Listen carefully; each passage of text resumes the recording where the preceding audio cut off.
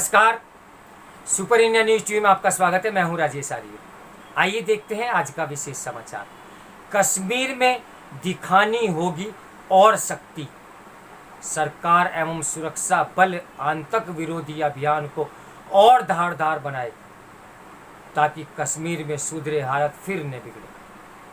पिछले कुछ महीनों में घाटी में कश्मीरी हिंदुओं और गैर कश्मीरियों को निशाना बनाकर उनकी हत्या के मामले में जो तेजी आई उसने पूरे देश की चिंता बढ़ाई है। टारगेटेड किलिंग की ये घटनाएं असल में आतंकियों की बौखलाहट का नतीजा है।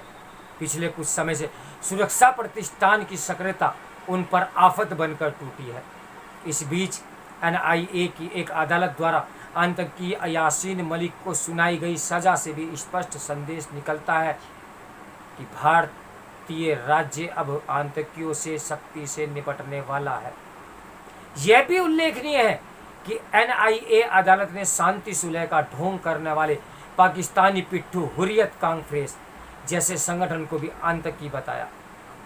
वास्तव में आतंकी हुर्रियत जैसे अलगाववादी संगठन और पाकिस्तान का त्रिकोण भारत के खिलाफ हमेशा षड्यंत्र करता रहा है और आज भी कर रहा है। इसमें मुख्यधारा के नेताओं का चौथा कोण भी है जिन्हें अभी अनावृत करना शेष है। ये चारों मिलकर अपनी अपनी तरह से भारत के खिलाफ जंग छेड़े हुए हैं। NIA की जांच में ये सामने भी आया है कि यासीन मलिक, शब्बीर शाह, मोहम्मद अशरफ खान, मुशर्रफ आलम, जफर अकबर है, सैयद अली शाह गिलानी, उसका बेटा नसीम गिलानी और आसिया अदराबी आदि इस जंग के प्रमुख किरदार हैं। यासीन मलिक इस आतंकी कॉकटेल के सबसे दुर्दांत चेहरों में से एक है और उसे सजा मिलने के बाद उम्मीद बंधी है कि कानून के हाथ अन्य आतंकियों तक भी पहुंचेंगे। स्पष्ट है कि इससे भी आतंकी और उनके समर्थक बौखलाए हुए हैं। जिस तरह यासीन को सजा मिली उसी तरह अन्य आतंकियों और उनके खुले छिपे समर्थकों को भी मिलनी चाहिए। यासीन की सजा पर उठे उन सवालों का भी जवाब मिलना चाहिए कि आखिर उसके इन मददगारों को सजा कब मिलेगी जिन्होंने उसे गांधीवादी साबित करने के लिए हर संभव जतन किया। आतंक के खिलाफ युद्ध को अंजाम तक पहुंचाने के क्रम में यह भी सामने आना चाहिए कि 4 सैन्य अफसरों की हत्या और रूबिया शहीद के रहस्यमय अपहरण में लिप्त होने के बावजूद 1994 में यासीन को क्यों और किसके इशारे पर रिहा किया गया। कश्मीर में आतंकियों के पनाहगार बने सफेदपोश जयचंदों का भी पर्दाफाश किया जाना चाहिए और यह भी जांचा जाना चाहिए कि क्या आतंकियों अलगाववादियों के तार मुख्य धारा के नेताओं और स्वयंभू सेकुलर लिबरल तत्वों से तो जुड़े हुए नहीं है या जुड़े हुए हैं। कश्मीर में टारगेट किलिंग की घटनाओं के बाद तो इसके साफ संकेत मिल रहे हैं कि कश्मीर के प्रशासन में भी आतंकियों के समर्थक घुसे हुए हैं। आतंक की कमर तोड़ने के लिए उन्हें भी बेनकाब करना होगा।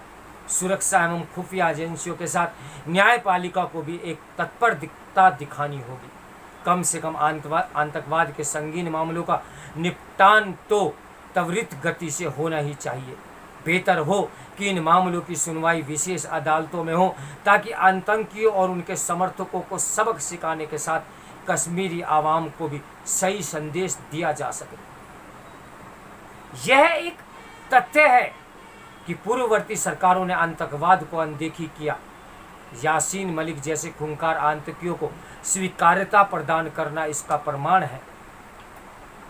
उल्लेखनीय है कि पूर्व प्रधानमंत्री मनमोहन सिंह से मिलने वाले कश्मीरी प्रतिनिधि मंडल और अप्रैल 2005 में शुरू हुई कारवां-ए-अमन बस सेवा से पाकिस्तान जाने वालों में यासीन भी शामिल था। उसे कश्मीर समस्या पर बात करने के लिए अमेरिका भी भेजा गया।